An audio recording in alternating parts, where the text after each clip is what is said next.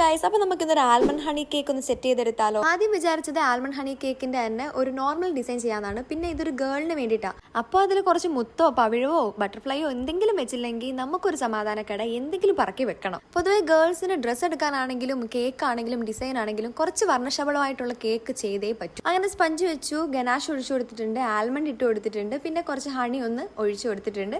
പിന്നെ റിപ്പീറ്റ് നമ്മൾ sponge cake എല്ലാം വെച്ചിട്ട് അതുപോലെ ചെയ്തെടുത്ത് ക്രം കോട്ട് ചെയ്തെടുക്കുക. ഇപ്പോൾ ഡിസൈനിൽ എങ്ങനെ കൊടുക്കാൻ തീരുമാനിച്ചേക്കുന്നത് വെച്ചാൽ നമ്മൾ തേനീച്ചയും കുറച്ച് കൂടും തേനും പൂമ്പാറ്റയും പൂക്കളും എല്ലാം ആയിട്ടാണ് ഒന്ന് തീരുമാനിച്ചേക്കുന്നത്. പിന്നെ ഫോൾട്ട് ലൈൻ ഇങ്ങനെ കൊടുക്കുന്നുണ്ട്. അപ്പോൾ ഈ ഒരു ഷീറ്റിൽ നമ്മൾ ചോക്ലേറ്റ് ഒഴിച്ച് ഇതുപോലെ ഒരു തേനീച്ച കൂട് ഇങ്ങനെ ഉണ്ടാക്കിയെടുക്കുന്നുണ്ട്. ഇത് ഫോണ്ടന്റിൽ നമ്മൾ ഹണിബി ചെയ്തെടുത്താട്ടോ.